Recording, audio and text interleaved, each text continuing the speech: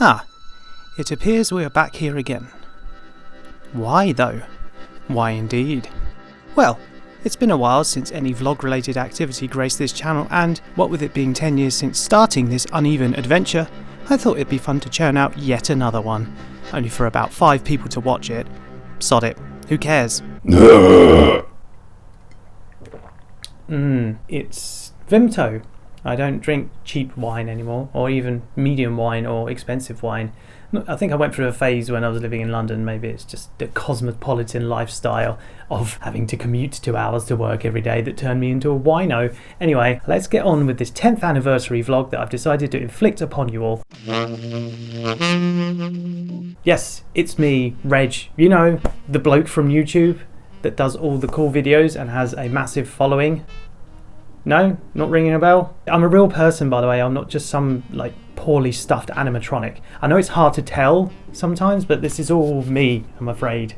Ugh. And yes, it does appear, as time tends to work, I've gotten even older. Huzzah!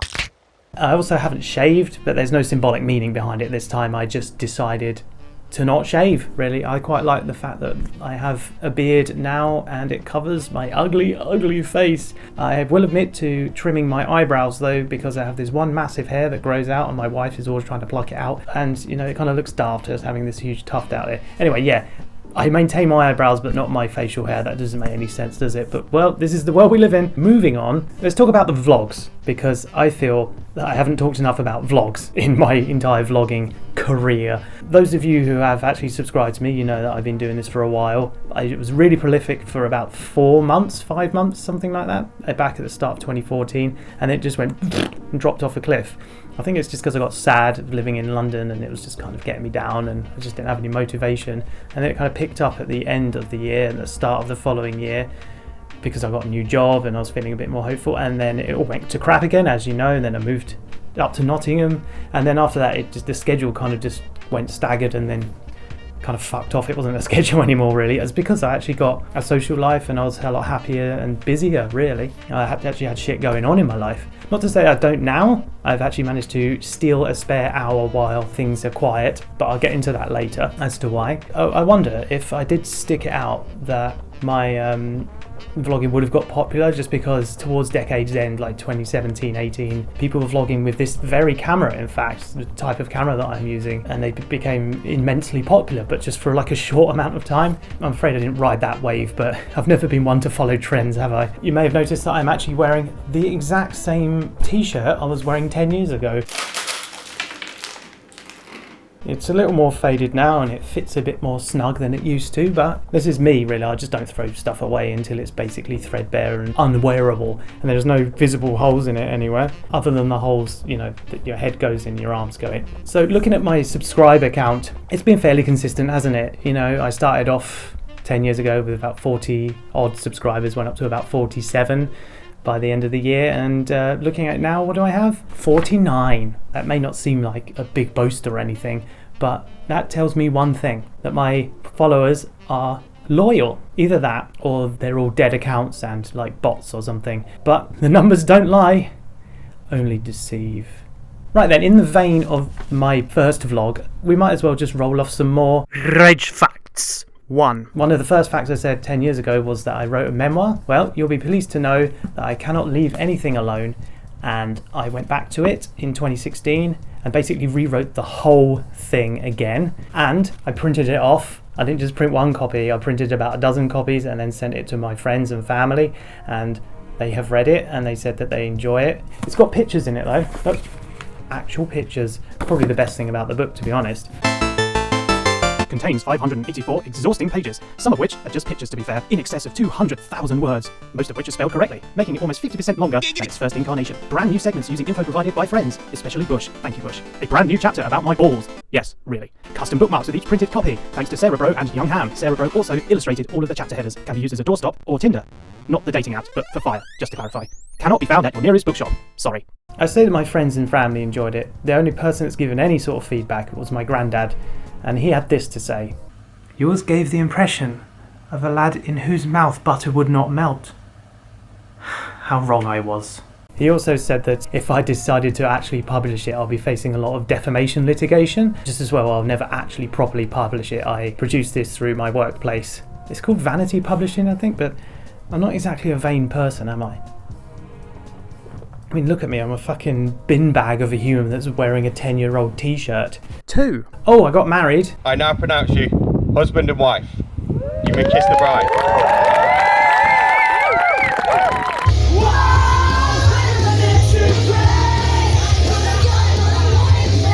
The wedding was absolutely amazing. It was probably one of the most intense, busy, stressful periods of my life other than buying a house. It's because we decided to pretty much do everything ourselves. We didn't hire a venue and they didn't do all the bolt-ons. We dry hired a massive TP tent, which we helped put up and take down, and we filled it with all these things. We hired various vendors and it was a lot of spinning plates, but it was so rewarding. When it all came together, our vision was like, oh. I will say, having to take it all down again the very next day after only having 4 hours of sleep and with a massive hangover, it's not the one.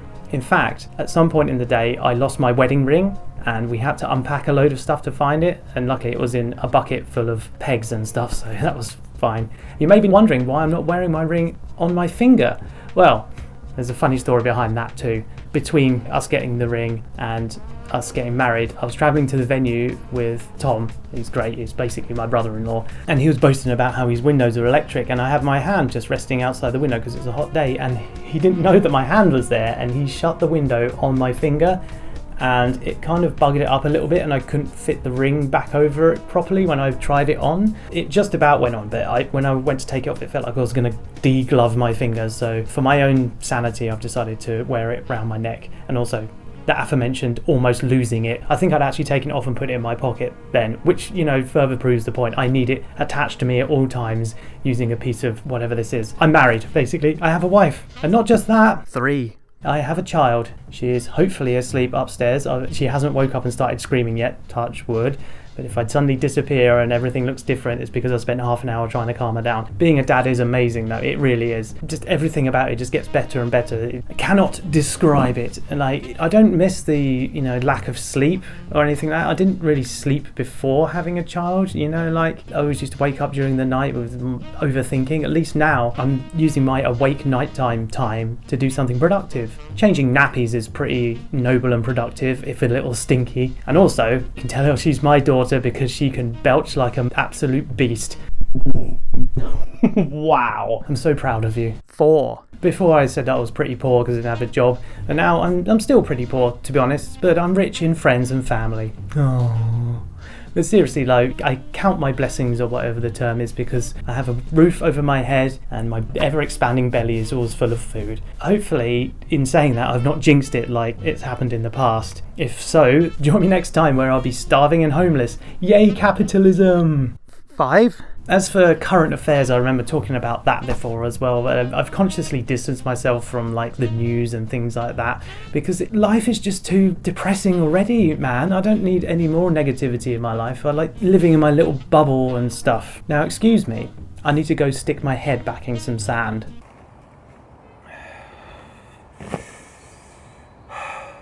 Well, I guess it beats having to read the news.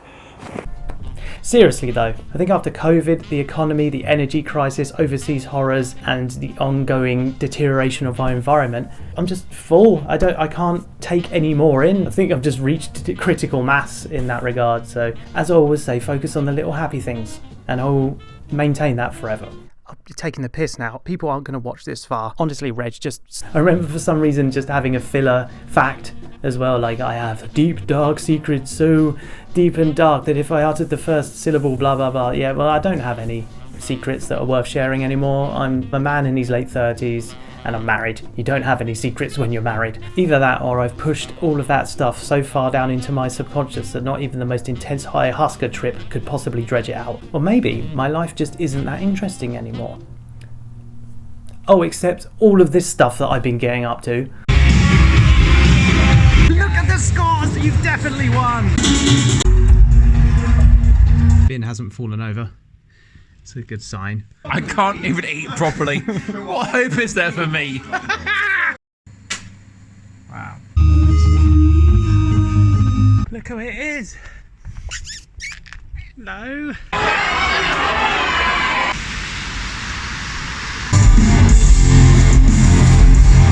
I just chuck food at him. Just please stop. Please. They're plopping somewhere. So I may actually die. Fucking broken Britain, mate.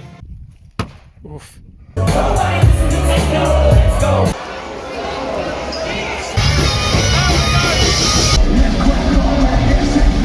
Look at that.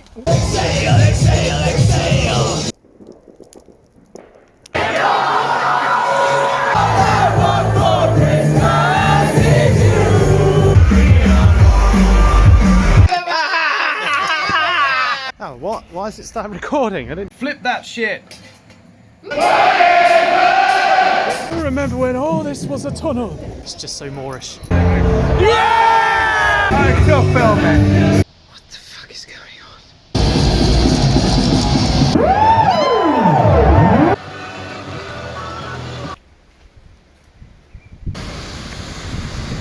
on? Okay, Superstition, you win this round. Good effort, Charing. Good effort. Absolutely mad lads. You're mad lads you are. Well, our grass gets flat at the back of the garden because these two was beans. Bye. Bye. Oh my god. Big spooky. Something about lip reading. Everyone go home. The size of that. And before you know it, it bites you.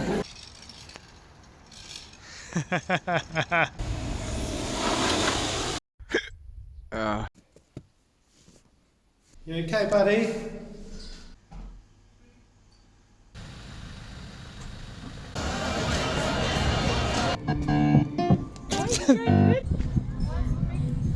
Not seen it this bustling in ages. That's me. Whoa! The 24 is time. 10 seconds. There it is. It's 2024. We all get to start dressing like the Blade Runner people now. So, I hear you ask, what does the future hold? I can't see a future in doing vlogging, to be honest. But I'll never give it up entirely. I mean, I do find it quite fun. I like doing little skits and stuff. I think I'm a little rusty, but I'm nowhere near as bad as I used to be, where I was going, I don't know. So yeah, what does the future hold for this channel is just more stupid content, really. Me and my friend Retis are uploading those stupid videos at the moment. I'm Ross, and it's really hot, and my testicles are melting. And we are The Punani Brothers. Anything else in my life that's going on, I'd rather keep to myself, to be honest. Maybe that is one of my secrets. I suppose that's about it now for God knows how long. I've got to keep the old creative juices flowing somehow. In about 10 years' time, I may even revisit this vlog. That's if the planet isn't entirely covered in hot lava or gammon by then. Okay, bye. I'm going now.